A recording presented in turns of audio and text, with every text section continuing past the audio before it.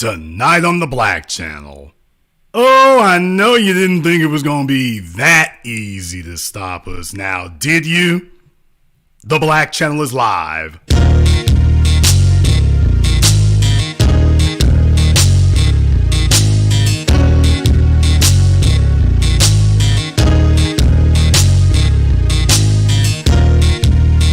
Unapologetic, unadulterated, and absolutely uncompromising. Greetings, brothers and sisters from around the world, and welcome back to the home, the haven, the stronghold, and the everlasting superfortress of intelligent black thought. We are the Black Media, and this is the Black Channel. And I am your host, your brother, your humble servant, the voice of Black America. The Black Authority, broadcasting to you live from the only historically black college university of higher education and learning in the cosmos. You are, of course, welcome to join us.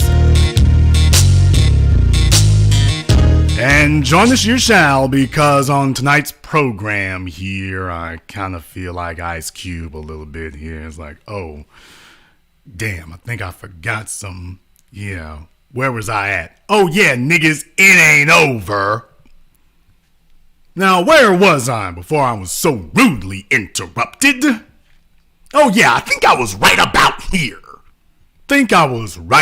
here. Folks, they underestimated our focus, and they overestimated their influence. What was supposed to happen was we were all supposed to see it was Jussie Smollett. This shows you how simplistic white supremacist thinking is. The idea is that, well, if it was Jussie Smollett, we were all supposed to just fall in line. We were all supposed to just jump right in, fall in line. Everything's good. Everything's great. And you just go from there. That's what it's supposed to be. And what they found out the hard way is it doesn't work that way. We are not these simplistic thinkers. So just because you make it a celebrity, just because you do that, that doesn't mean that all of a sudden everybody's going to come running to their defense. And that's the way they thought black folk work.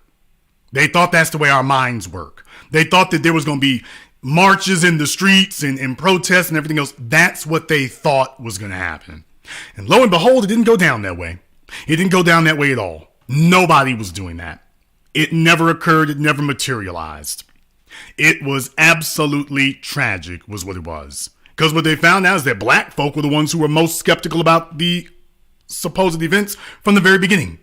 It was black people starting here from this microphone in the new Black Media who first started expressing, no, this doesn't sound right at all.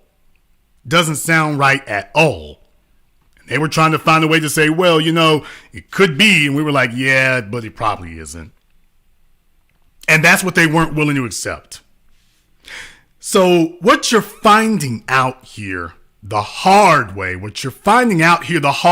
is that we letting everybody take their damn lumps, and you're either going to get on code or you're going to get run over. That's it. It's not a bunch of black folk out there shaking the banner and demanding anything and whatnot. There's not a bunch of black folk out there getting excited about it. That's not what's happening. Not at all. So even when you've got your celebrities running around and circling the wagons, you don't have black folk responding that way. Black people as a group are not responding that way. Buck-broken Twitter has no sway. You're not able to craft the events. You see, what was supposed to happen was this was supposed to be a trick bag that caught all of black society. All of us were supposed to come running to his defense. All of us were supposed to come screaming about systemic racism. All of us were supposed to come running, yelling about Donald Trump. All of us were supposed to do that. And then right after we did that, right after black people said, see, another symbol of systemic racism. See, that's what it is right there. Another symbol of white systemic racism. That's what was supposed to happen. We were all supposed to come running to his defense. We were supposed to all, as a group, come and label this as systemic racism. We were all supposed to go all in, and then right after we did that, gotcha, niggas. You see, black folk will just yell systemic racism at anything. Black people don't think. They don't think. They don't go over it. They don't mull the information. They don't do any of that. While black folk, as soon as they see something, while they're just knee-jerk reactionists. See, everybody is just knee-jerk reactionists about these things. Everybody just responds reflexively. That's what was supposed to happen. That's what was supposed to happen. We were supposed to all just jump in. That's what we were supposed to do. And then after we did it, they were all going to yell, see, black folk just yell systemic racism and anything. But it didn't go that way. Black folks sat and took a look at it and said, Jussie, we need to take a look at your case on a case-by-case basis. We got to take a look at you on a case-by-case basis. And we took a look over his paperwork. We took a look over the events. Niggas in Chicago was like, dude, ain't nobody going out in no damn polar vortex to go get a damn Subway sandwich. It ain't that good. Black folk in Chicago were the first ones calling foul on this. Black folk in Chicago were the first ones who said, hey, no, this ain't right. It was black folk in Chicago who were the first ones who said this isn't right. This ain't us. This ain't us. They were the first on deck to let everybody know, hey, y'all might want to fall back. Because we're like, hey, that's not really the get down. That's not really the get down. So they've been trying to milk this ever since. And let me tell you, some folks are feeling the heat. Some folks are feeling the heat. Some folks are worried. Some folks are worried. Your man, Jussie Smooth A. Oh, he's feeling the heat. When they let him know he was being sentenced to 5 months, he was like, 5 months? A hell of a whole lot can happen to a nigga in 5 months. Does this man sound worried to you? Not suicidal. I am not suicidal. That's what I was about to say. Okay. I am not suicidal. Okay. I am not suicidal. I am innocent, and I am not suicidal. If I did this, then it means that I stuck my fist in the fears of black Americans in this country for over 400 years and the fears of the LGBTQ community. Your Honor, I respect you and I respect the jury, but I did not do this. And I am not suicidal. And if anything happens to me when I go in there, I did not do it to myself. Oh, somebody sound hella worried. Somebody sound hella worried over there. Somebody sounds hella bothered. Yeah, he's like, oh boy, this happened real damn fast. 1 minute I was good, the next minute I'm sentenced. This happened real damn quick. He's letting y'all know. If y'all see a video with 3 niggas come in my cell and I don't come out, there might have been some non-consensual behavior that occurred, but yeah. Jussie just letting you know, hell, I can do 5 months standing on my head. Nothing but a bunch of big, strong men's up in there. Why I got to commit suicide over? Why do I got to commit suicide? I'm just going to a place where they got plenty of big, strong men's. So it's not really that serious for me. Yeah, old Jussie sounds a little bit worried there. Folks, listen to me. Listen to me. White supremacy always breaks its tools. It always breaks its tools. You have served your purpose. You failed at being able to serve that purpose. Now we're going to smash you into a million pieces. And what they showed you was that, oh no, you ain't even going to be able to get the niggers to sit up here and jump in there. Oh, Kim Foxx, a woman who realizes now her days are numbered politically. She's been trying to save her own ass now for a while. She recognizes the writing is on the wall. And thank you to everybody who's contributed to support tonight's program on PayPal or Cash App. They were messing with us here last night, but I want to thank all of y'all there. We're back. We're in rare form. Go ahead and share this and like the program, of course, definitely. Thank you all. Oh, Kim Foxx here, boy, she wanted to drop the charges, and the state stepped in and said, oh, don't worry, we don't need you. We'll take it from here. We'll take it from here. They sidestepped her bogus Donna Summer looking ass. They sidestepped her. So now she's trying to cry foul. Yeah, she's trying to cry foul because she realizes now she's in the crosshairs. She realizes now she's in the crosshairs. This isn't where you want to be. You don't want to be in this situation right now. You don't want to be here. Because this is a situation that can very quickly go left. It can very quickly go bad. And you know they hit old Jussie, but they really want you, Kim. You're the one they really want. You're the one they really want to go after. You're the one they really want to go after. Oh, Kim Foxx here. She wrote an op-ed. This is how serious she is about this situation. She wrote a whole op-ed in the Chicago Sun-Times. A whole damn opinion piece. This is how worried she is right now. This is how worried she is. That she went and wrote an entire opinion piece for Jussie. Black folk getting killed all over the damn place. She's writing an opinion piece for this. For those of you who missed it here, I want to go ahead and review that. While I'm doing that, hey, everybody go ahead and hit my likes. You know, YouTube been hating heavy. My haters are trying to keep the numbers down. Go ahead and hit my likes for me. Go ahead and hit my likes for me. You know they're trying to hate on it. I want to make sure that you all have all the information and analysis that you need to receive here. So go ahead and hit my likes for me if you're feeling this. Kim Foxx. In Jussie Smollett case, our justice system failed. Here's how and why. At its best, our justice system should make people safer, hold accountable those who seek to harm others, and earn the trust of its citizenry. At its worst, the system can be easily manipulated in furtherance of thinly veiled political agendas.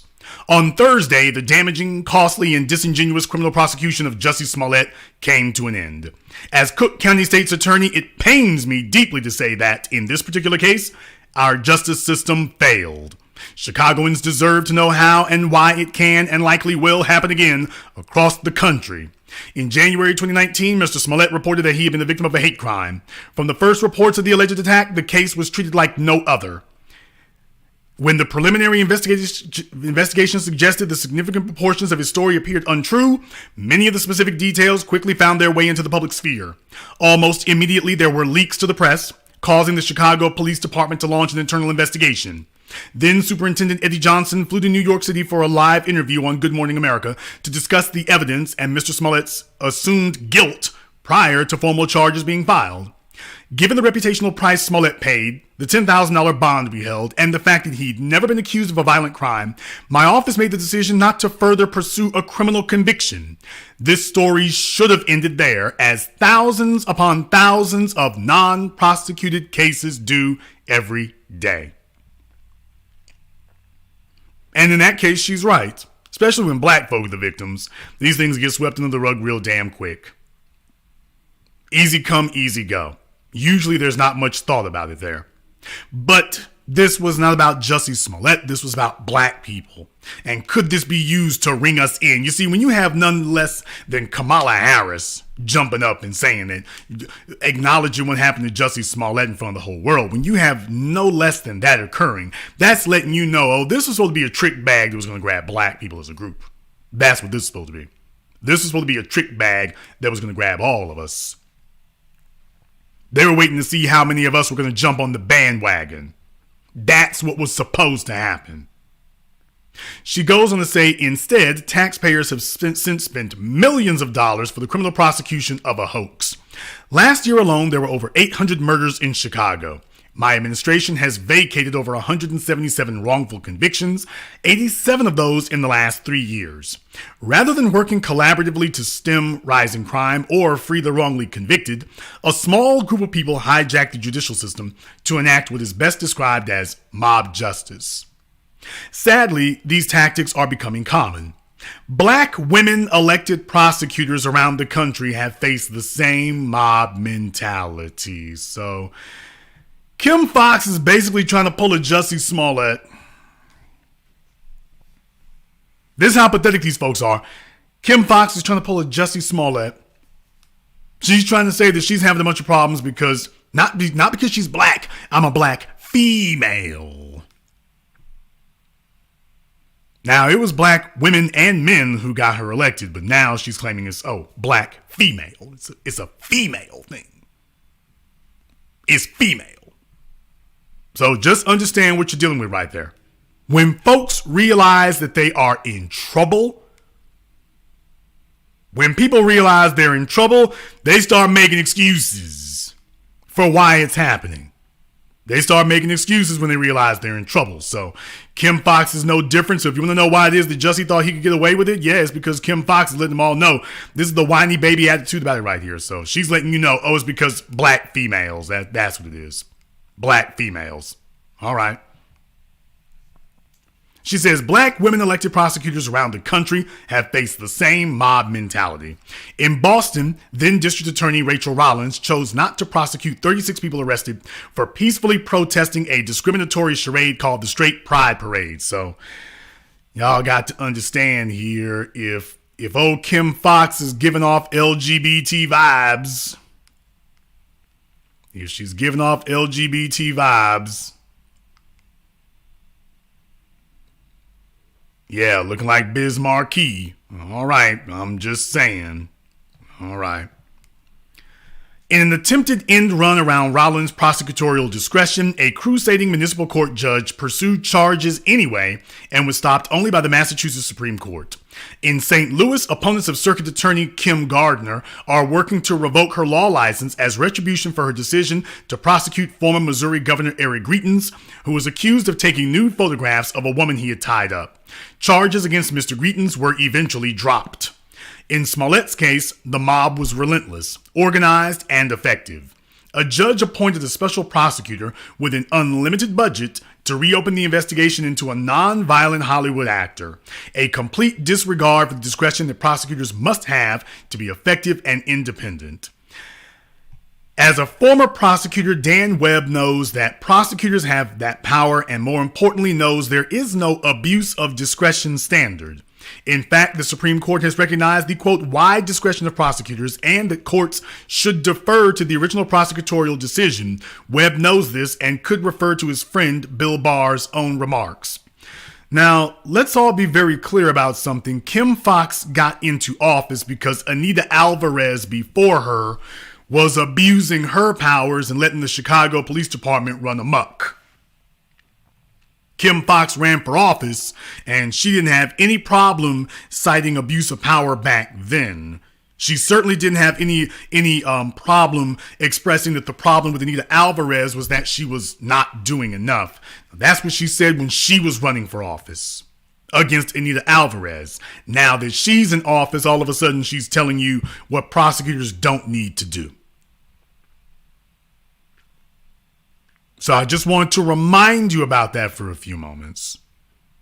You should beware when the prosecutor is telling you things like this. You should beware when you're hearing things like that. She goes on to say, just because we do not like the outcome should not mean we bully prosecutors and circumvent the judicial process to get it changed. Okay. You see, here's what happens when you have a dumb nigga who thinks they're going to do like the white folk do. See, this is where they get messed up at. They think they're going to do like the white folk. They see white folk do these kind of things. They see white folks sit up here and do that, and then they get in the office and they tell themselves, well, hell, I can do the same thing. I can do that there too. I can do that there too. And then they find out the hard way is, no, you're not going to be able to do what they do. So essentially what she's saying is, I want to do what the white folks do. Only I want to do it for the LGBT folk. Now, not for black people. I'm not interested in black folk with her rather bizarre looking self. No, I want to do it for the LGBT folk. I want to do it for them. So that's her focus. Let's see if we can do this for the LGBT community.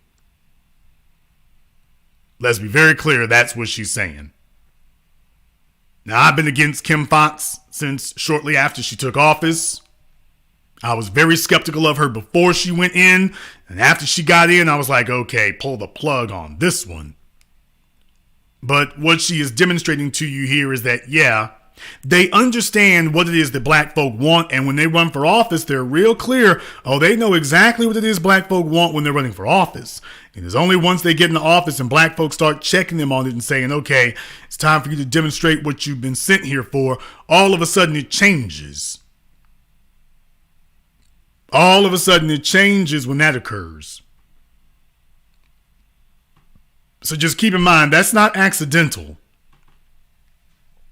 That's never accidental. She goes on to say here, Smollett was indicted, tried, and convicted by a kangaroo prosecution in a matter of months. Meanwhile, the families of more than 50 black women murdered in Chicago over the last 20 years await justice. Miss Foxx, aren't you the damn state's attorney? If they're waiting for justice, that means they waiting on your ass. If they're waiting for justice, they're waiting on you with this treasure troll weave on top of your head. What the hell? Who are you gonna blame this on? You're the damn state's attorney. They're not waiting on anybody except you.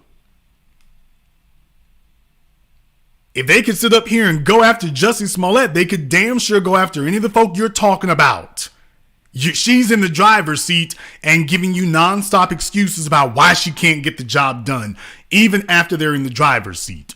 If somebody's in the driver's seat and can't get the job done, they need to have their ass yanked out of that seat and replaced with someone who can. But yeah, she's literally sitting here telling everybody about what she can't get done. Even though, elect me state's attorney, I can't do a damn thing for you. Elect me state's attorney, where your cases were not getting looked at before and they won't get looked at later either. Vote for me. I'm going to do nothing. Vote for me. I don't know what I can do. Think about that for just a few moments there. And by the way, is that supposed to be a part in her hair? Is that supposed to be a part in her hair there? People, come on now. It looks like we're baling hay. No, this is what between her and what the hell is going on up there in Chicago between her and Lori Lightfoot? Between her and Lori Lightfoot, and yeah, old Lori Lightfoot done took the transgender agenda to a whole new level. She's done took the transgender agenda to a whole new level up there in Chicago. Y'all, what are y'all doing up there? Who the hell are y'all electing? Y'all are going to have to start taking a look at people's haircuts up there, okay? You're going to have to start taking a look at people's haircuts, all right? If your hair looks like a dirty mop, no, you can't get elected. And if your hair looks like a dirty broom, no, you shouldn't get elected either. So, no, y'all got to start taking a look at people's hair up there before you cast your ballot, okay? Before you cast your ballot. If there's just something really weird and wacky happening on top of their heads, leave it alone.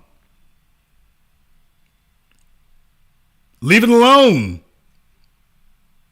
If you see something just weird and wacky going on top of their heads, this is not the candidate. It is not. It's not. Who in the hell thought this was going to be a good idea? I don't know. Whoever it was, it's your fault. Anybody who took a look at Lori Lightfoot and didn't realize that was going to be trouble, America's favorite drunk uncle, if you didn't think that was going to be trouble when you saw that come sashaying up the damn street, okay, who the hell thought this was going to be a good idea? She goes on to say here, along the way, the same special prosecutor pursued a targeted, predetermined investigation of my involvement in the case. Well, no wonder you sitting over there all nervous and crazy looking. Looking like Mr. T with a blown out afro. No wonder you real nervous right now, Kim. You should be. Because they're like, oh, we can get him and now we can get you too. So don't let her sit up here and play you off like she's bluffing like she's got a poker face. She's real worried. She is real worried. She goes on to say, knowing I had done nothing wrong, but that objecting to the process would be painted as guilt, I cooperated. Predictably, the probe found no criminal wrongdoing and still unironically accused me of, quote, abuses of discretion. It's a playbook. Attack and marginalize anyone fighting to create a more just system, one that recognizes the rule of law. What is most frustrating is that my cooperation in a process I knew was illegitimate sets a precedent that can be weaponized against progressive prosecutors determined to break the cycle of inevitable outcomes. Further, I worry it will serve as a deterrent to the next generation of prosecutors eager to fight for critical reforms. So your girl is worried. She is worried.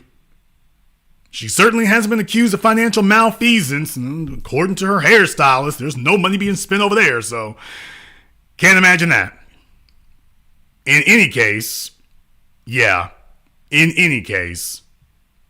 they look worried, they should be. Look, this is about finding out how easily led, or should I say misled, black people are or can be. That's what it's about. It's about finding out if black people are just going to jump up and follow somebody because they're a celebrity, follow somebody because they're popular, follow somebody because they sound like a politician you used to vote for. That's what this was about, was to find out how much of a knee-jerk reaction we could have. That's what it's about. And it didn't occur. It didn't occur. So now they're having to go back and go rewrite the whole playbook because now they realize black folk are not going to just jump up and run behind somebody because they're a celebrity, because they're on TV, because politicians told you to do so, because other celebrities told you to do so. It won't work that way. And a bunch of folk who have been mobbed up with them to this point, they're kind of just stuck. They're kind of just stuck in it. They're kind of just stuck with their decisions. But let's be very, very clear. Hollywood does not represent us. Hollywood does not represent black people in America. Hollywood is not our representative. Hollywood does not set the tone for who and what we are. Hollywood doesn't define us. We're not defined by rappers, movie stars, TV personalities, game show hosts. They don't speak for us. They don't speak for us, and they don't represent our agenda. And a lot of politicians up until this point have cast all their bets that that's what it's going to be. And what they're finding out the hard way is that ain't what it is. It's not going to be that way. You can hope for it, you can wish for it, but that's not what it's going to be. With the old civil rights generation, you used to be able to bank on that. You used to be able to bank on that heavy. They bring out some movie stars, they bring out James Brown or something, whoever it is, folks start voting. That's what they are used to. They're used to that. They're not used to black people making up their own minds. They're not accustomed to that. So just understand, this is brand new to them. This is brand new to all of them, that we're saying we have our own agenda. And when the news didn't follow our agenda, we broke in another direction. Or at least I say we kept going in our direction. When they tried to break off in another direction and mislead us, we didn't follow them. So just understand, a whole bunch of folks are screwed up right now, real damn confused and don't know what to do. Because if the Hollywood folk can't lead black folk, if black folk have an agenda that can't be influenced by the politicians, the clergy, or the celebrity class, what you gonna do about that? Now that your usual operatives that you could buy off, you can't count on them to have the influence they used to have anymore. What are you gonna do now? Real good question to ask you.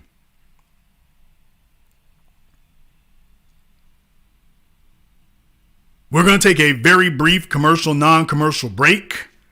Before we do, I want to thank everyone who has contributed to support tonight's program on PayPal or Cash App. Miss Cordelia, Andrew L., and everybody else here who support the program. We appreciate that. Thank you all for being with us here tonight. If you like what you're hearing, go ahead and drop a thumbs up in the chat room and hit the like button there for us as well. The haters were going to hate, but they're going to be screaming even more here tonight. This is The Black Channel.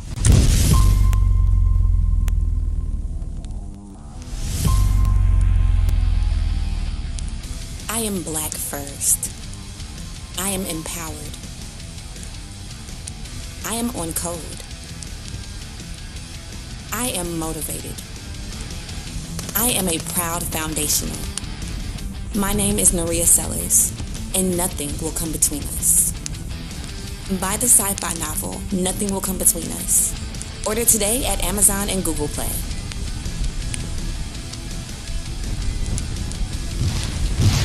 Visit spiritofo1811publishing.com. Our story, our family. Join sixzeros.net, a forum built to discuss all things relevant to Black people. On our forum, a check doesn't mean you're famous. It means your Blackness has been verified by our staff. Sorry, Chad. We also have premium merchandise with same-day shipping on most orders. And when you're ready for some dope content, check out the 0 Hour blog. Don't just sign up, post. I'm having a really good time with you tonight. I'm having a good time with you too. Want to go somewhere private? Just for us? I like that. Great. Meet me at sixzeros.net. Black owned, Black operated.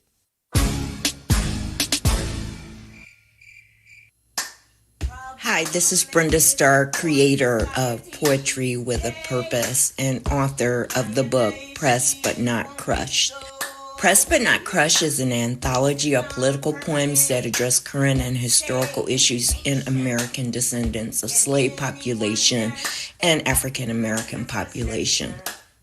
The book describes slaveries and its residuals, Jim Crow segregation, social depredation, and other relevant issues to American descendants of slaves and African Americans, including the current political climate that does not address our issues.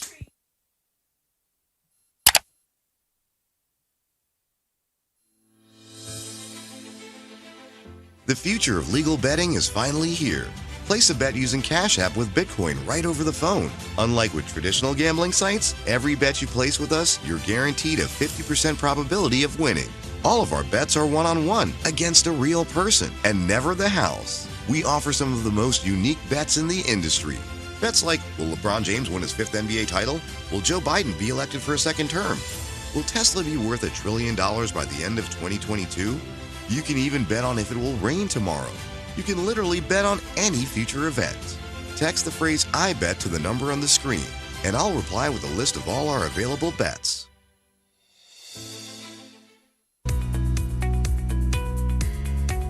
Are you tired of being overcharged and forced into paying a monthly subscription for your Mac and Windows software?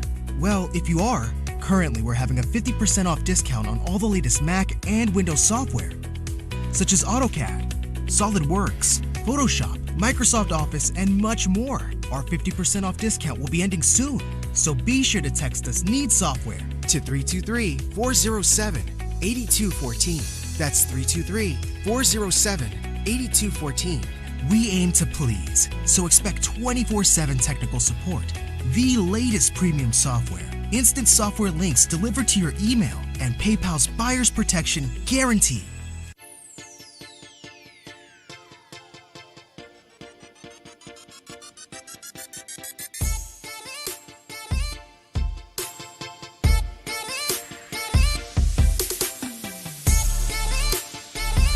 When you need a reliable influx of capital to grow your business, Spectre Capital Finance provides fast, individualized working capital loans with lines of credit to take your business to the next level. SpectreCapitalFinance.com.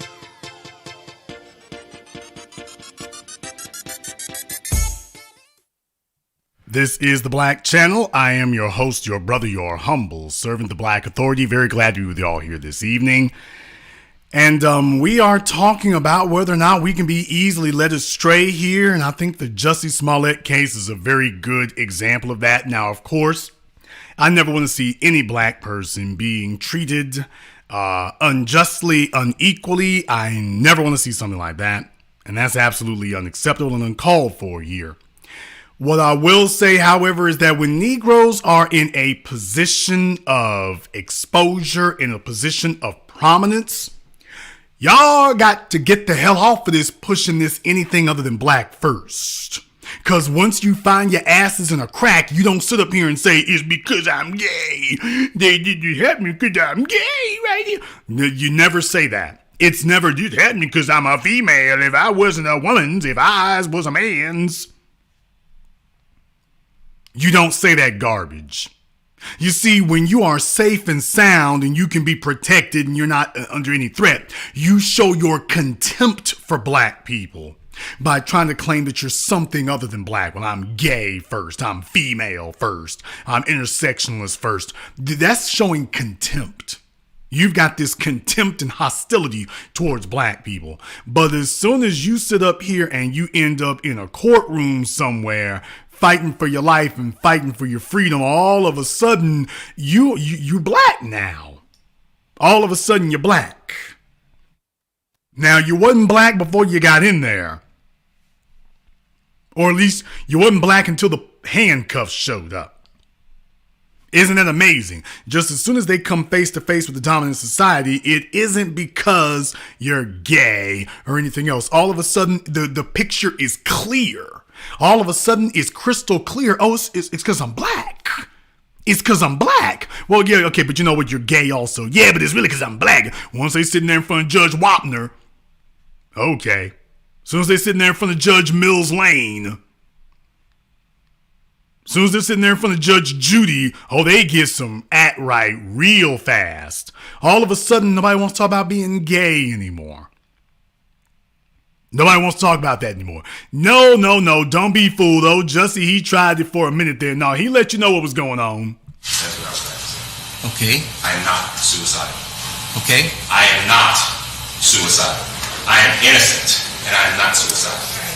If I did this, then it means that I stuck my fist in the fears of black Americans in this country for over 400 years and the fears of the LGBTQ community. Your Honor, I respect you and I respect the jury, but I did not do this. And I am not suicidal. And if anything happens to me when I go in there, I did not do it to myself. You kind of did it to yourself, though. But in any case there, yeah, boy, I'm telling you, old Jussie, notice he's speaking for the black community now. All of a sudden, he's speaking for the black community. All right. Was Jussie ever speaking for the black community before now? I'm just wondering, was he ever speaking for the black community before now? Because I've been searching and looking and I don't see it. So you all tell me whether or not he was speaking for the black community before now, because I didn't see it. Folks are getting their act right now. Going into the 21st century, it's a new day. The agenda is crystal clear. We ain't sitting up here backing anybody who's trying to cloudy the agenda here. As soon as you let us know, oh, you're not supporting a black first agenda, you don't identify as that first, you identify as something else, well, go call GLAAD. Go call them to come get you back, Jussie. Go call them, because you notice that's not who Jussie is calling for right now, is he? He's not calling on the LGBT community. You know what? They damn quiet over there, aren't they? They are damn quiet over there. Sounds like a mouse putting on a mink coat. It's so damn quiet. None of his gay friends, gay organization, ain't nobody saying nothing. It's deadly quiet over there. He ain't got a friend in the world in the gay community is what we're telling you now. What I'm telling you is Jussie doesn't have a friend in the world in that gay community, and he knows it. That's why he's not reaching out to any of them. He don't have a friend in the world over there. There are no gay people in positions of power moving nothing for him. Yeah, you're gay right up until you need help from gay people. Then it's, well, you know I'm black though. I find it very hard for me to get ventilated here. I find it very hard for that to occur. However, some of you might feel differently. Some of you might feel differently here. Therefore, the telephone lines are now open. The number is 646-787-1933. That's 646-787-1933. Your personal access code to the blackest radio program in existence, the only one of its kind on planet Earth today. As always, you are welcome to join us. I don't want to waste a whole lot of time here, so I want to go ahead and just get straight to the telephone lines here so you all can go ahead and call in. However, once again, I do want to thank you all for joining us here tonight and for contributing to tonight's program here. So my man Chadwick Thank you very much for your support. We appreciate that as always. And to everyone who has contributed to support tonight's program, thank you very much as well. Mark B and all the rest of you holding it down. We appreciate that. We're going to go ahead and take a few phone calls here, and you can weigh in on this. Are we not doing enough? Do we need to scream more justice for Jussie? Justice for Juicy? Who needs a juicy smoothie? Justice for Juicy Smoothie? I don't know. Did we react badly? Did we react inappropriately? Should we be out there doing more? I'm asking some basic questions. Let's go ahead and get caller from area code 419. You're on live with the Black Channel. What's your name? Where you calling from? Joe, calling from Toledo. Joe from Toledo. What's on your mind, brother? What's up, Jason? Like I always say, you keep it 100, but I'm gonna upgrade. I'm gonna say 1,000. I mean not that you don't deserve even more than that, but you keep it 100,000, bro. You are absolutely right with everything you just said. And just like the Brianna news flash of the not guilty verdict that had nothing to do with her death, they tried to get us out there. We didn't fall for that banana in the tailpipe. We definitely did not fall for that. But this man got jail time for a hoax. What's next? Jail time for jaywalking? If you black, well, it does not matter what you do. And it's not exact. Their eyes that we see this as with the new black media. We're not falling for it. So, can I ask you a question, please? Yes, go ahead. Now, he has not spoke for black people. Why are they so quiet in the LGBT? Tell me, why are they so quiet? Folks are getting their wake-up call that this little game that they play, that they think they're playing with black folk, because we can't even really say they're playing with black folk. This is a little game that they think they're playing with us. They think they're playing this game of I'm a black feminist. They think they're playing this game of I'm a black gay person. They think they're playing this game of I'm black intersectionalist. And they caught the civil rights generation off guard. They caught them buck dancing. They caught them kowtowing. They didn't catch us the same way. We have a code. We understand what's going on. We understand when you say I'm black and then followed up with another word, we understand that other word you followed up with, that's the agenda that you're pushing. You want our support because we're the only ones who actually have the influence to be able to stop white supremacy to an extent. But then the next thing you do is you want to lead it off in a different direction. So this misdirect thing they've been doing, this bait and switch they've been pulling, it's going to be a hell of a lot harder to do from here on in. Thank you very much for giving us a call here tonight, Joe. They're finding this out the hard damn way. They're finding out how people react when they have an agenda here. They're finding that out. It's not going to be nearly as easy as it used to be.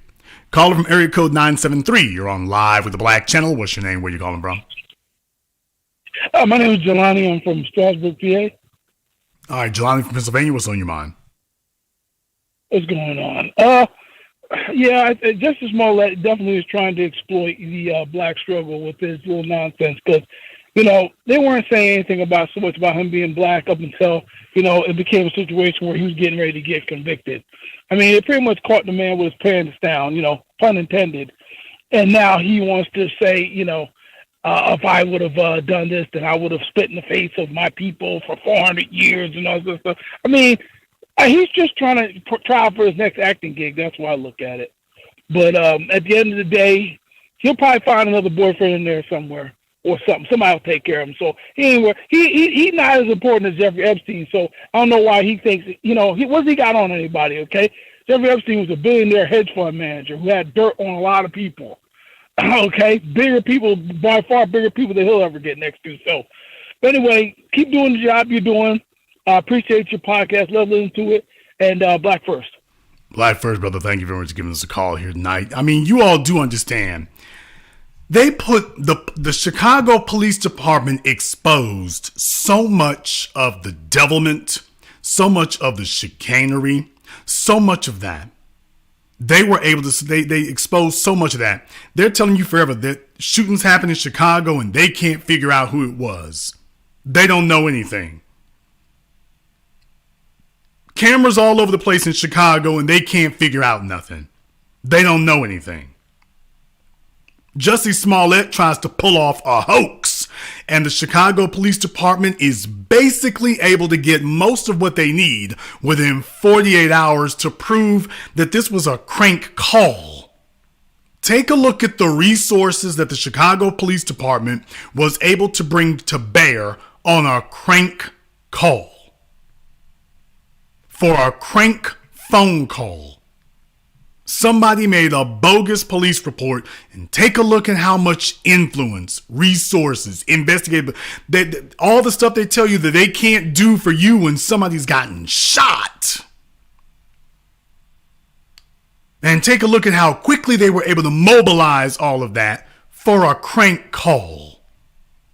Now, if that's what they could do for a crank phone call, what the hell can they do for something much more serious? And if all these other crimes are not being solved in exactly the same way, crimes that are of a much higher priority, how is it that crimes of a much higher priority, y'all should be able to if you knocked out Jussie Smollett's case in 2 days, you all should be knocking off these murders in a matter of hours. And if that's not happening, it's because you're in on it. And that includes Kim Foxx. Caller from area code 330, you're on live with the Black Channel. What's your name? Where you calling from? Hey, how you doing, Jason? This is Jay from Akron. Jay from Akron, what's on your mind? Yeah, so I want to say I'm shocked and amazed, but I'm not, because so many of us black people really just don't get it. They get in front of white people to butter their biscuits and butter their bread, and they are everything but B1. And they try to use intersectionality when it's convenient. So pretty much when you're in front of white people, I'm a feminist. I'm gay. I'm trans. As Butterball Martin said, I'm a man when talking to the preeminent white supremacist of our time, Richard Spencer. But when something bad happens to them, notice how Jussie here got up here and said, first thing he said, they only took me to jail because I'm black.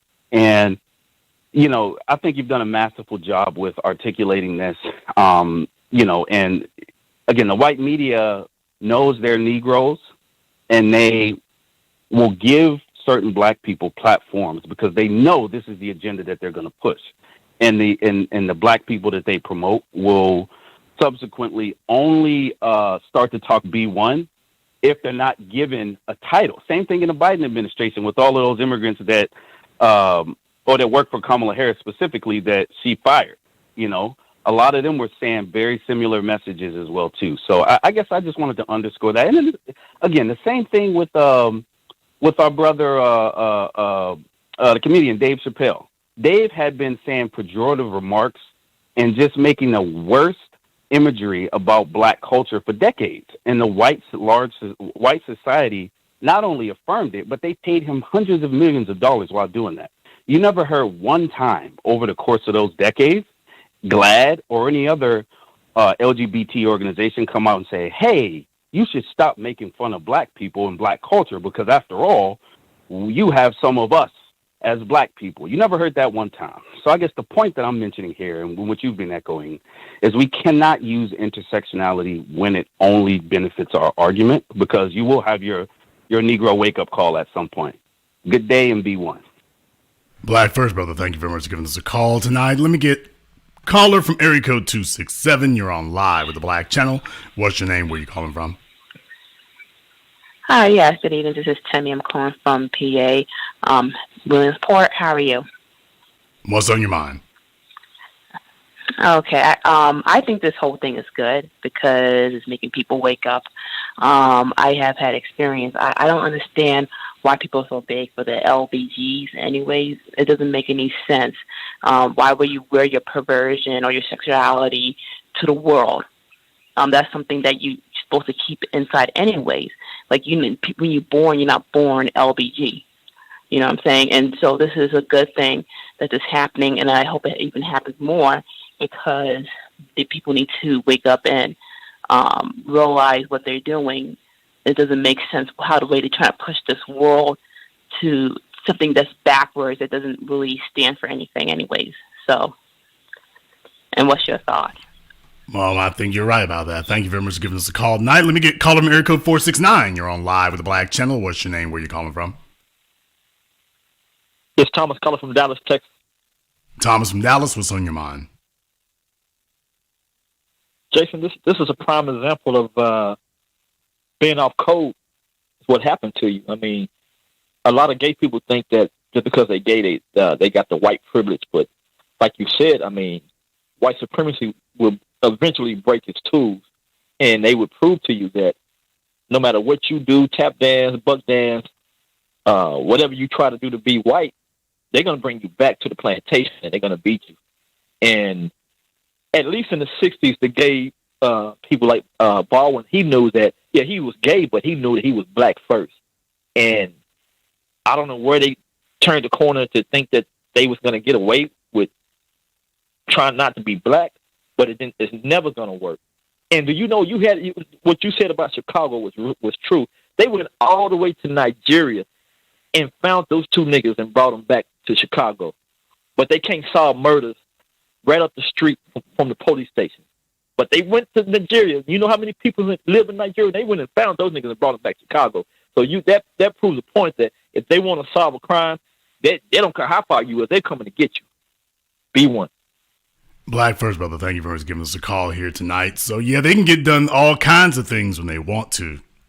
Call them area code 917. You're on live with the Black Channel. What's your name? Where you calling from? Now those two niggas that brought back to Chicago, but they can't solve murder.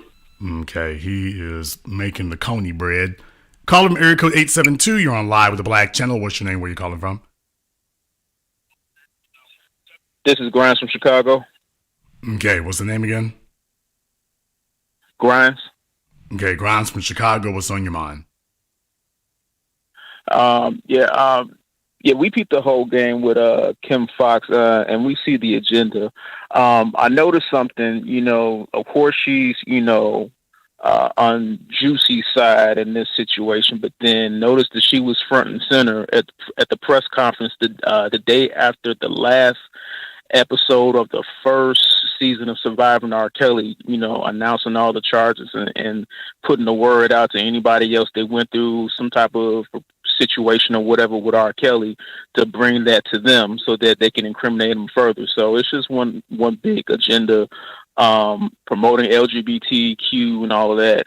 And then, going against, straight black men. So we see the game. That's all. Well, it only runs so far. Like I say, what they think to themselves, what they tell themselves, and this is what black folk have to really realize. There is this really motivated group of hand-picked, groomed operatives that they've been grooming now for decades. Barack Obama was groomed by the Democratic Party and whatnot over the course of decades. He was groomed. Simone Sanders, groomed. Kamala Harris, groomed. Kim Foxx, groomed. We just stood up here and noticed them one day and it's like, I'll be damned, pluck, here they are. These people have been groomed over the course of decades. From whether they were in 4-H or whatnot, they got files on all of them going all the damn way back. You see, there's a reason why individuals like you and me are never going to get the machine to back them, because they took a look at our files and like, oh, wait a minute, what the hell was you saying in high school? What was that? Oh, no. We're not going to have that. So they want to make sure that they've done a complete background check first. We want to know who your people are. We want to know if any of them been saying something they shouldn't have, because they look out for sleepers too. They watch out for sleeper agents too. So they want to make sure that you are so open and so blatant that even if you didn't really believe any of this stuff, you've alienated yourself from the interests of genuine black people so that they know you're a dependable operative. So you got to be divorced and cut off from that. So when you have the likes of a Kim Foxx or whatever, they've been rolling in these gay circles for so long, they've told themselves, I'm a part of it. They've told themselves they're essential to it. And in reality, they're not. Thank you very much for giving us a call. Let me get caller area code 223. You're on live with the Black Channel. What's your name? Where you calling from? Hey, Jason, this is Chris calling from Lancaster, PA. Okay, Chris from Pennsylvania. What's on your mind? My thing is this, right? what was I going to say? Oh man, I lost my train of thought. But listen, the whole Jussie Smollett shit is just some bullshit, man. Like, you know, I'm just going to call to say, you know, since I lost my train of thought, man, keep doing what you're doing, man. Be one, man. That's all I want to say. Thanks. Black First, thank you very much for giving us a call. Let me get caller from area code 706. You're on live with the Black Channel. What's your name? Where you calling from? This is Bo Monty from Augusta, Georgia. Okay. Take your phone off of speaker. Yes, this is Bo Monty from Augusta, Georgia. Okay, Bo Monty from Augusta. What's on your mind? Yeah, I just had a quick question.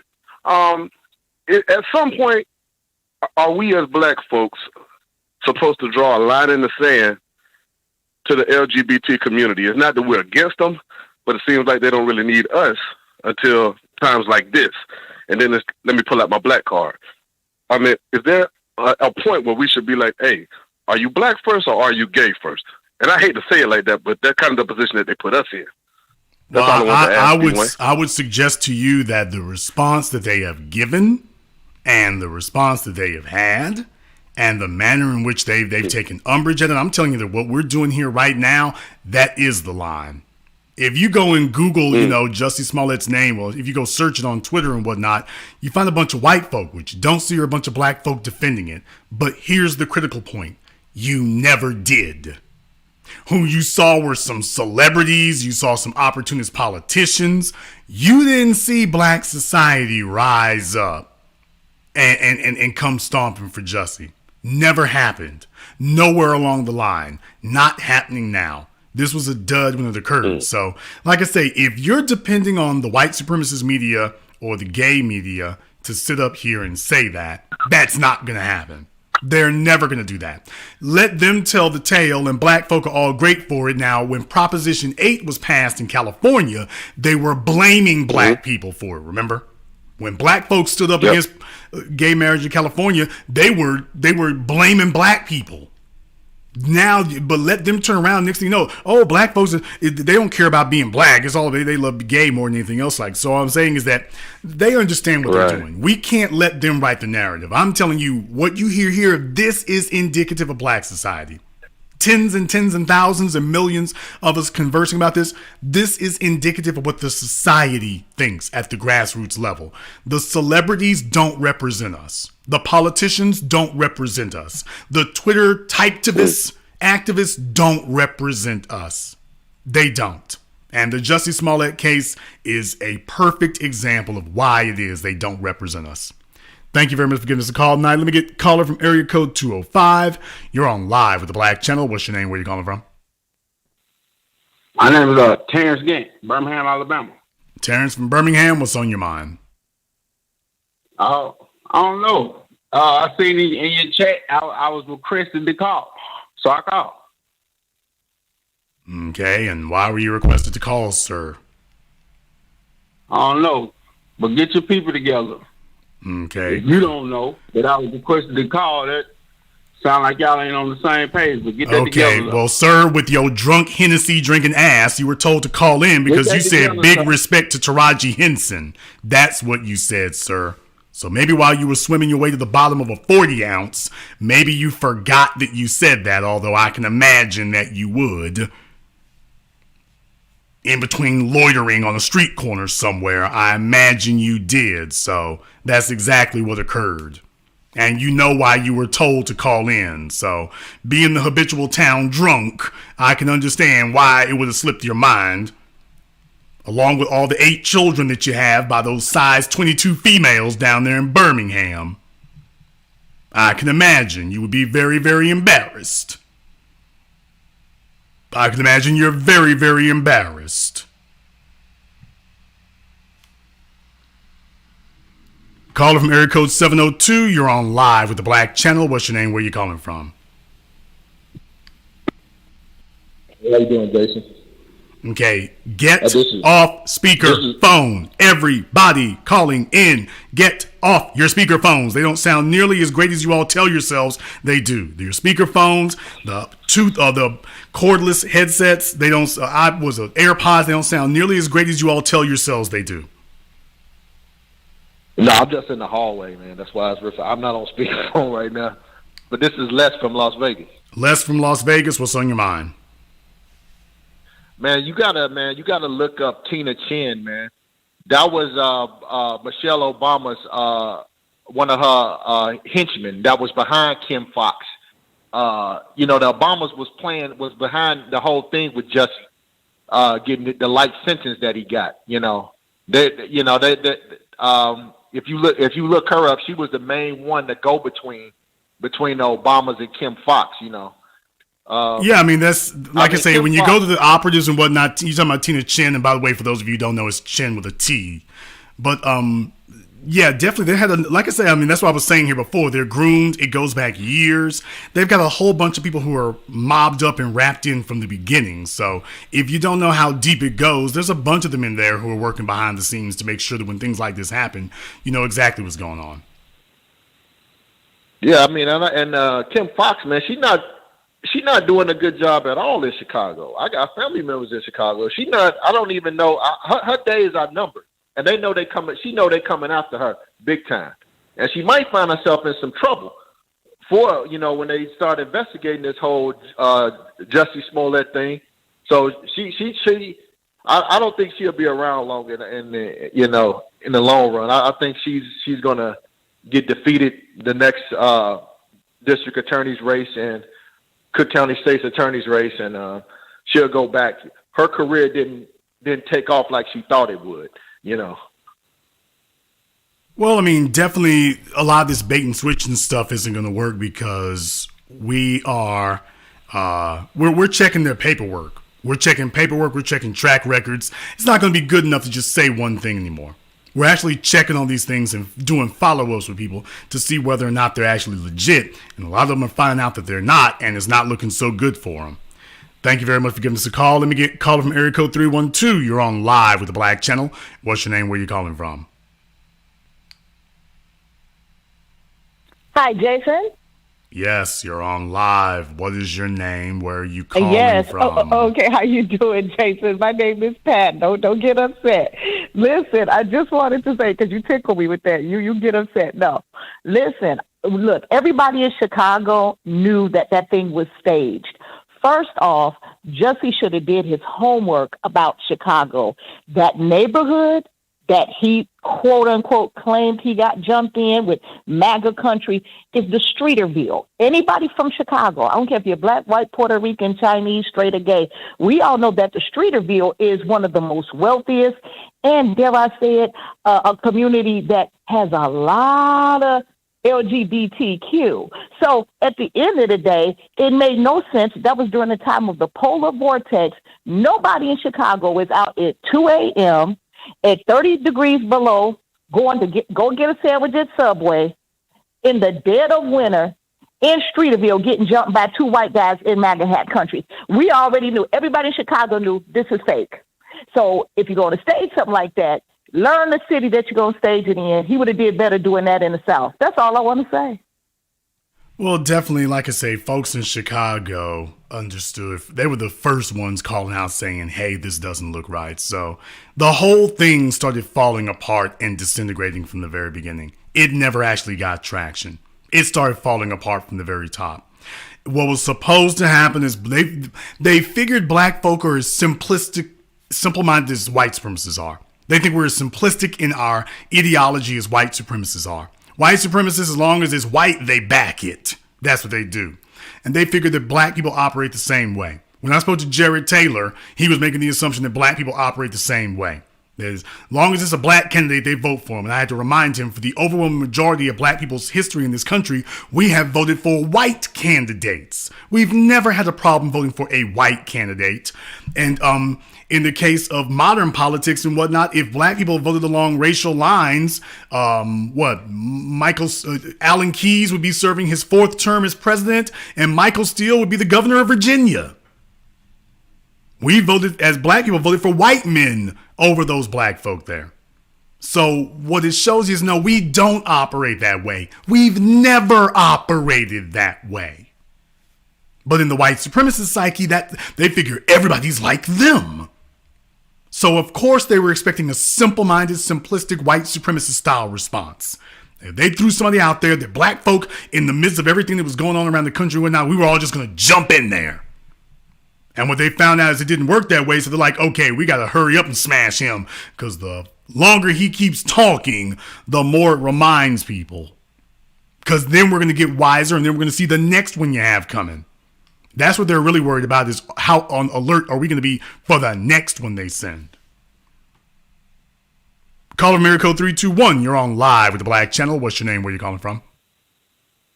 What's going on, Jason? This is Anton from Orlando. Anton from Orlando, what's on your mind?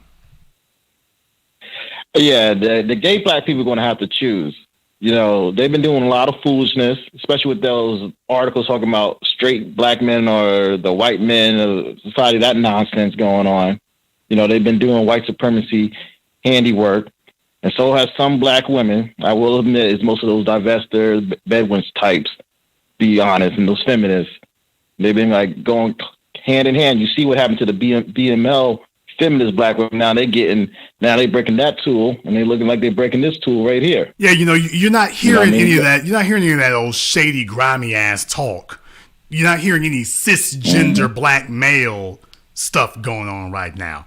We're having a hard time finding that term cisgender black males right now. Toxic masculine. Having a bit of a problem finding it right now. Don't worry, they'll be back next week.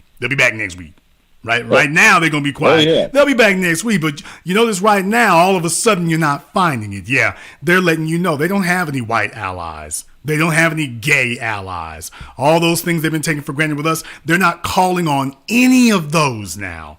Not any of them. They're not calling on the feminists. They're not calling on the LGBT. They're not calling on any of that. Only thing they're calling on is us. And that is why it is important. In this situation here, I'm not going to sit up here and support the judge or the system or anything like that, because, like I say, definitely this is some bogus stuff to be doing. White folk do this kind of stuff all the time and don't even get charged for it. So I'm never going to support that. But as an abject lesson, I don't have to support the judge, but that doesn't mean I got to come caping for Jussie either. I'm just going to sit back and fall back in the cut and just observe the events as they unfold. And the next time a Raven Simone or somebody else thinks they want to curl their lips to sit up here and talk reckless about cisgender black people, let them know, oh, we will fall back and just let you take your lumps. We damn sure will. Yep, just say Jussie Smollett. And what do you think when this election come over? They're going to try to run that game again like they did the last election? It's the same old playbook. They're going to try to put a little special seasoning on it this time because things are going so damn disastrously bad. Black folk were not impressed by Juneteenth. They're not impressed by Ketanji Jackson Brown. Kamala Harris's approval numbers are in free fall. Jussie Smollett is going to jail. Brother, it don't get no worse than this right here. You know, Michelle Obama is ordering at Dunkin' Donuts instead of Krispy Kreme. It's bad out here. So, like I say, Take a look for them to put a little bit of a tweaking on it. They're going to try the same thing, but just with a little tweak on it. Thank you very much for giving us a call. Now let me get caller from area code 917. You're on live with the Black Channel. What's your name? Where you calling from?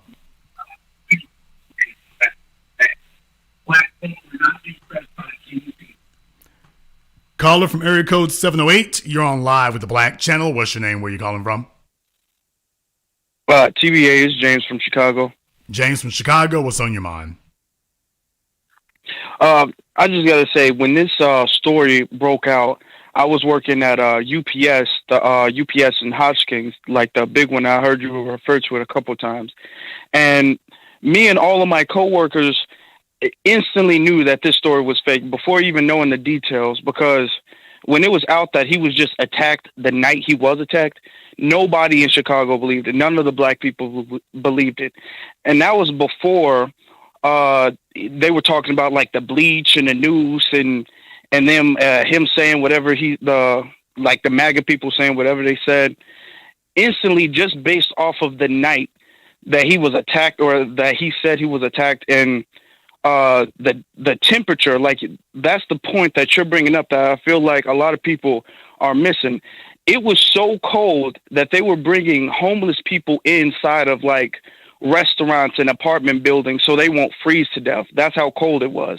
Like, there was absolutely nobody on the streets whatsoever. The stores weren't even open. A whole bunch of like Subways and local businesses and stuff like that, they closed early. They were like closed for a few days. So his story couldn't even possibly be true at all. You know, like his the other story thing makes is no sense. The other thing is, you know, different cities operate slightly different ways. Okay, look, the bottom line is, folk in Chicago know a Chicago crime when they hear one. They know when they're listening to something, it's like, okay, this is the get down in our city. This is the get down in that area. This kind of thing could happen there. And when you hear something that you know, it's like, that ain't really my city. That's not the kind of thing that happens in my city. That's the first thing that goes off. So folks understand, whether you're in Los Angeles, you know a Los Angeles crime when you hear one. If you're in Dallas, you know a Dallas crime when you hear one. If you're in Atlanta, you know an Atlanta crime when you hear one. If you're in Miami, you know a Miami crime when you hear one. If you're in New York, well, it could be anything. But in Chicago, you know a Chicago crime when you hear one. But being in Chicago, especially depending on what side of town it's in, y'all know a north side crime. You know a west side. You know a south side. And yes, there is a difference between west side crime and south side crime. You know a difference. You know whether it's downtown. You know the differences when you hear those things. So when you hear something and you know, A, it ain't right for my city, and B, it ain't right for that part of town, just immediately you already know, this ain't right. And from there, now they got to prove to you that this is legit. It's going to be an uphill fight. Exactly. You make a great point, because everybody knew, like, the MAGA hats and just two random white people at 2:00 in the morning who happened to run into this celebrity. That stuff that doesn't make any sense, and that wouldn't happen in Chicago. And no black people, no even LGBT black people in Chicago believe that. Like, there's like activists, black gay activists. They didn't even really push that because they know that would have looked bad on them, because they knew that was a lie. That stuff doesn't happen in Chicago.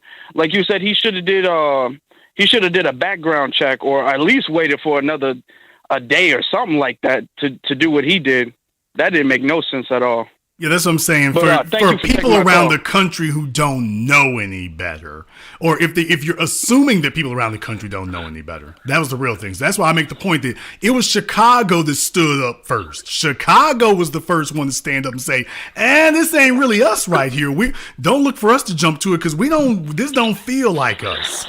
I think that was what was most important. Thank you very much for giving us a call. Now, like I say, every city knows itself. People know their city, and they know when they're hearing something, it's like, that's not really the way we do things. That's not really something that happens here. And when that happens, everybody's suspicious about you. Caller from area code 786. You're on live with the Black Channel. What's your name? Where you calling from? Hey, what's up, TBA? This is Nick. Can you hear me well? Okay, where are you calling from, Yeah, Nick? this is Nick from this is Nick from Miami. Nick from Miami, what's on your mind? First things first, yeah, just like everybody's saying, it was the weather. I specifically remember when they said the what was it, the tundra, something like that. It was a polar vortex. I remember having to look that up, and this was just a few days ago before the story came out. So definitely, if anybody had two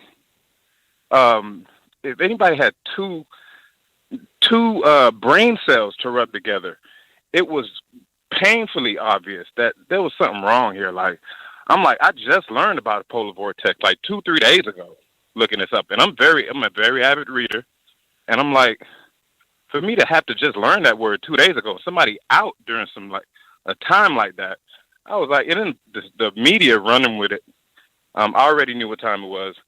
I mean, and thankfully, you were right on top of it as usually. And B1, man, that's all I'm saying.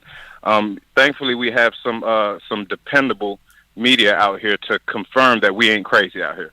Absolutely. I mean, this is what happens when you can clear out, Robin Roberts and George Stephanopoulos and Gayle King. When you can get them out of the way and let black folk talk before you can, the media apparatus doesn't just sit up here and just control the narrative and tell you, well, this is what black folk think. This is what they really believe. No, folk get to sit down on their own and say, hey, this is what we really about. That's not my city. All of a sudden it falls apart. Thank you very much for giving us a call tonight. Let me get caller from area code 773. You're on live with the Black Channel. What's your name? Where you calling from?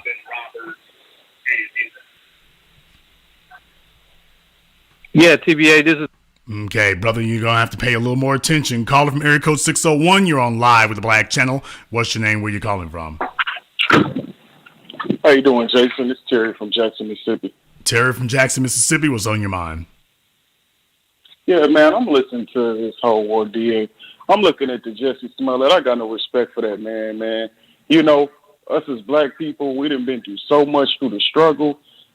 Just to take all of this attention away from the black struggle and give it to the LGBTQ struggle is really pointless and it's a waste of time. You know, I'm more concerned about my children coming up, seeing all of this mishap, mayhem on television and growing up in this world that they're going to have to face a lot of these issues that we dealing with as black people, black women being disrespected, black men being disrespected, children, old folks dying by the hands of law enforcement, convictions from crimes that were not even committed by us.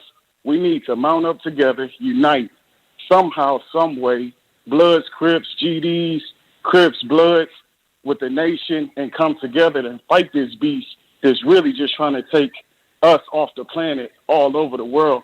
And we got to open our eyes and see this. You know, these NBA players had a chance just last year where they broke down and ended up conforming to the system, and they just pleased with some names on the back of their jerseys being racism instead of actually crushing this system. You get what I'm saying? Because nobody wants to see an all-white basketball team or all-white football team. We can end that. Nobody stood with Kaepernick, but you can stand with Joe Rogan when he say the N-word. You get what I'm saying? Well, And definitely, like I just say, not right. it's a We point so for folk focused- to understand about that. You're right. It begins with having an agenda more than anything else, because it's not the bodies we don't have. It's not the groups we don't have. It's having a unified agenda that we're putting together now. Thank you very much for giving us a call here. And certainly that's the big difference. Like I say, you're seeing this paradigm shift happening where you're noticing folks coalescing around an agenda here. You can't just sit up here and just say, okay, you're going to take somebody who don't stand behind us 364 days out of the year. Something happens to them and all of a sudden we're all supposed to come running to their defense. And that's not the way it's working. It didn't work that way. And what they're worried about is that this sets a precedent for the future. The way in which black people responded to this situation now, this sets a precedent for the future. We didn't listen to the phony ass, weird looking politicians. We didn't sit up here and listen to any of them. We didn't listen to the celebrities. We didn't follow behind any of that.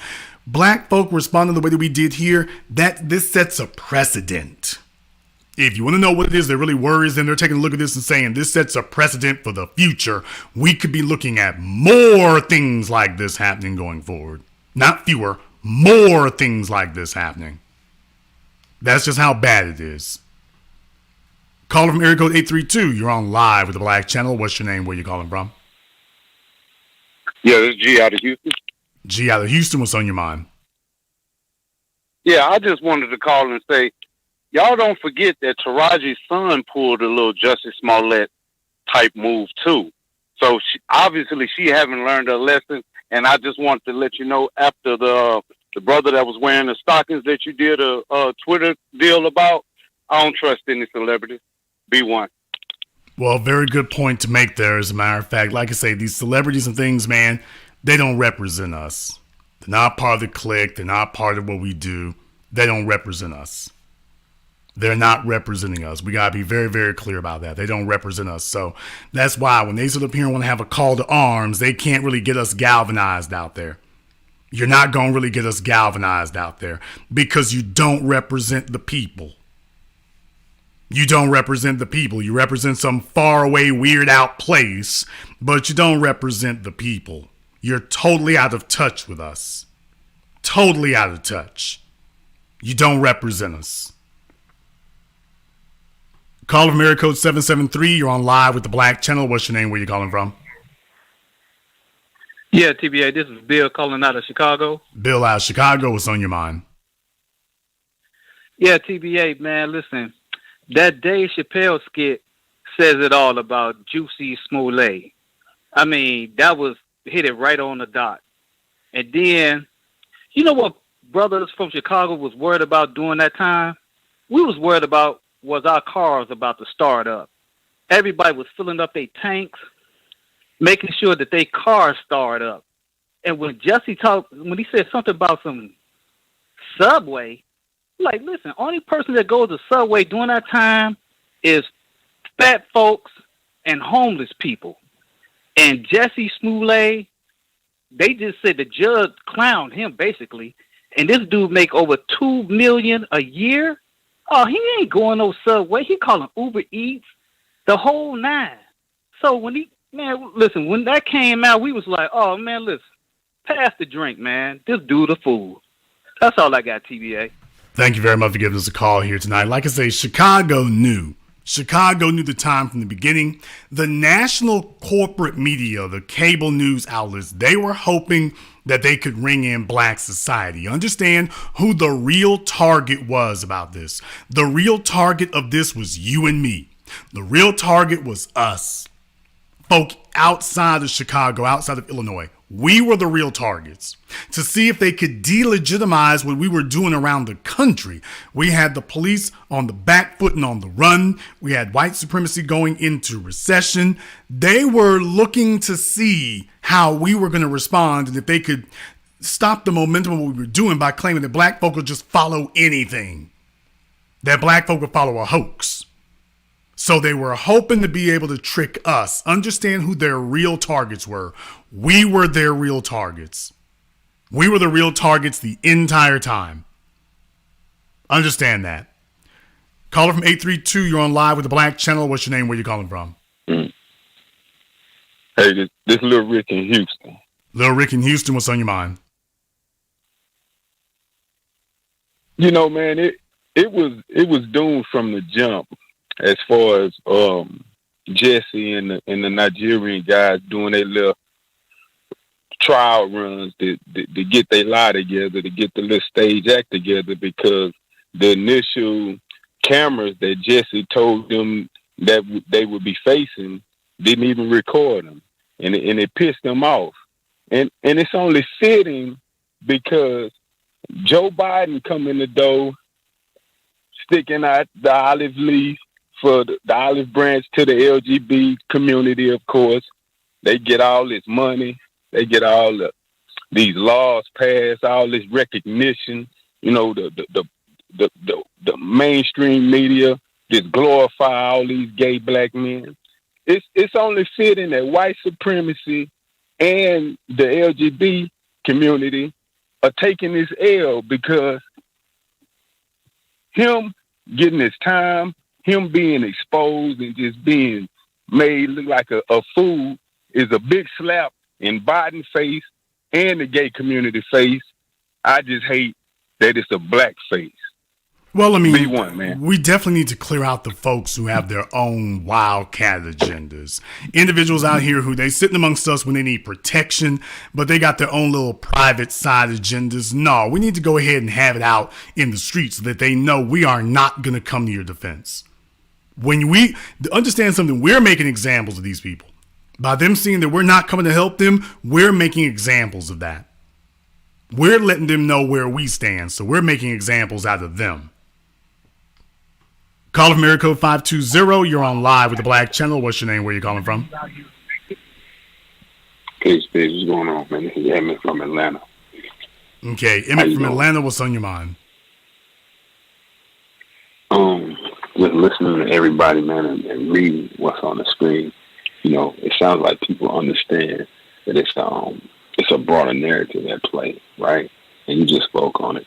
Hey, man, every other group that considers themselves disenfranchised or discriminated against, you know, they hate B1s, they hate foundational black Americans, they hate black people, whatever.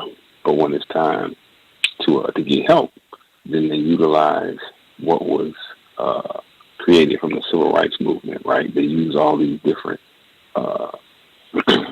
laws, and they use these battle cries to get aid for people to come to their rescue. So, yeah, it's funny to me that Jussie Smollett is going through this, and you know, he's responding the way he's responding. And I thought it was funny when I watched his family, because they believe he's been discriminated against, but nobody's talking about the facts of the case.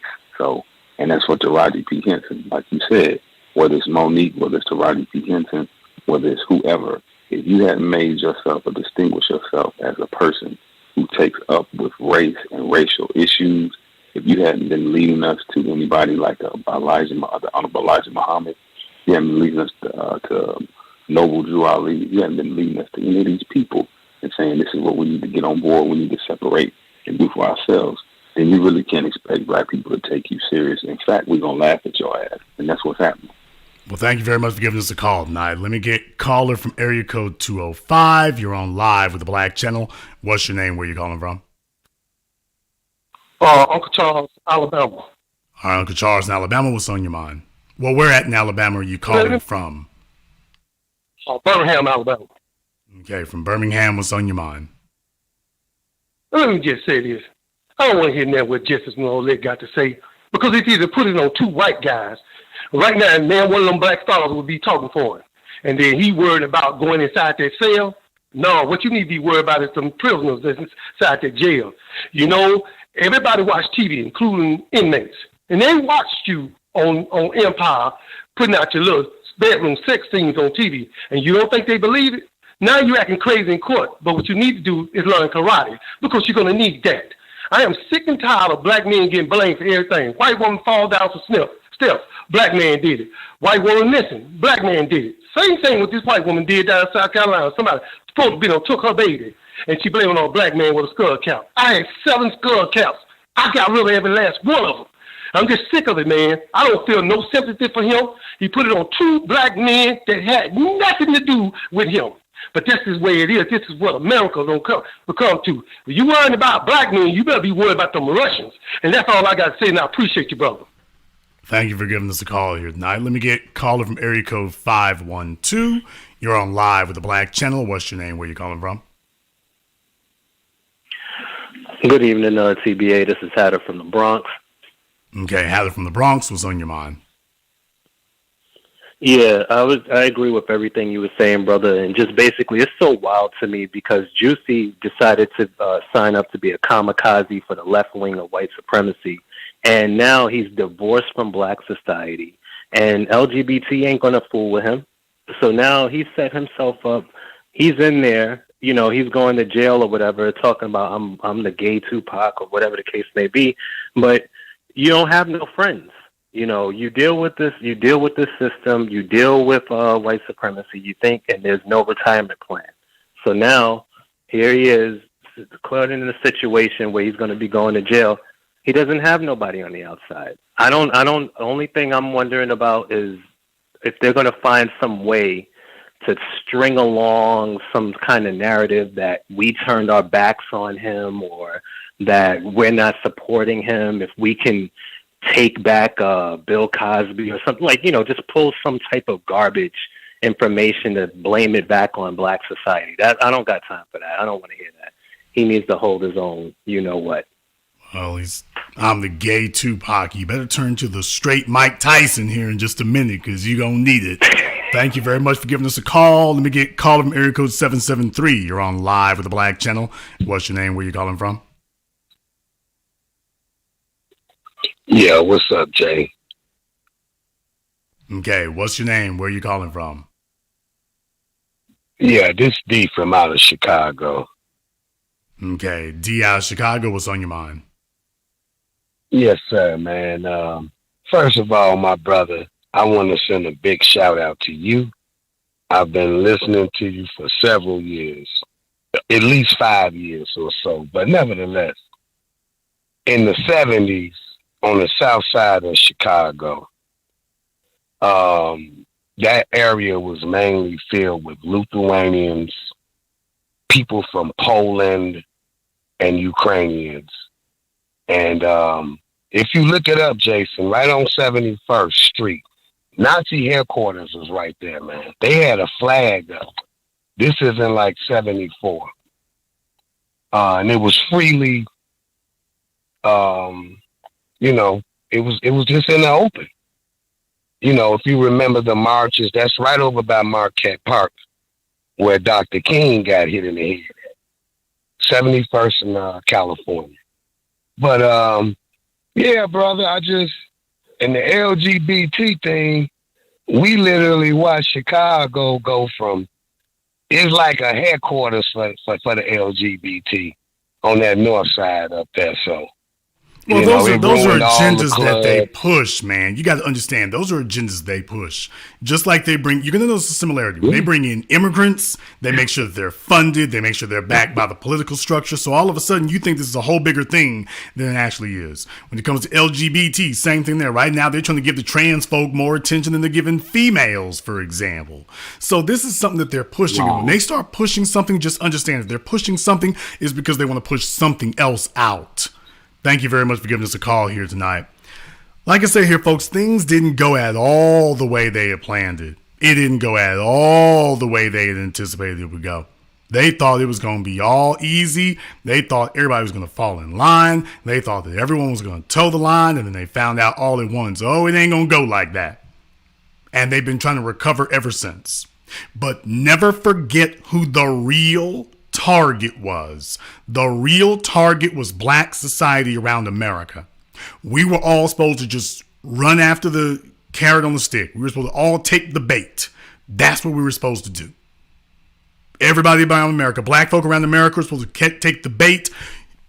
It was supposed to be trending on Twitter. We were supposed to have articles and videos and everything, damn thing else.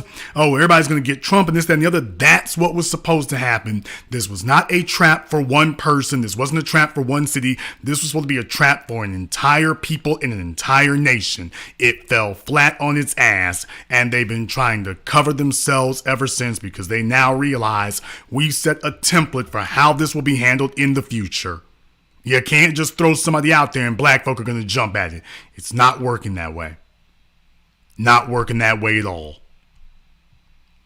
I want to thank you all for joining us here tonight. Thank you to everyone who has contributed to support tonight's program on PayPal or CashApp. Thank you all for joining us, especially here on the program here. They were messing with us last night, but we got things, they couldn't stop us here, so they can go ahead and be mad about tonight's program. And if you are new here to the Black Channel, welcome to the haven of intelligent black thought. We do this every weekend. Over 136,000 subscribers and rising. We are not a little thing. Click that red subscribe button. Make YouTube hate. Click that yellow notification bell. Let the coon in your family start hating. Join us every weekend, every time. And if you haven't been to our website, blackchannelfilms.com, you want to go there and check out our groundbreaking best-selling documentary work, 7 a.m., Gentrified, Race War, all available on DVD, on streaming, on Amazon. Go to blackchannelfilms.com. That is blackchannelfilms.com. And this concludes tonight's broadcast of The Black Channel. I am your host, your brother, your humble servant, the Black Authority. And until next time, my brothers and my sisters from around the world, remember, black is the future, and the future is uncompromising.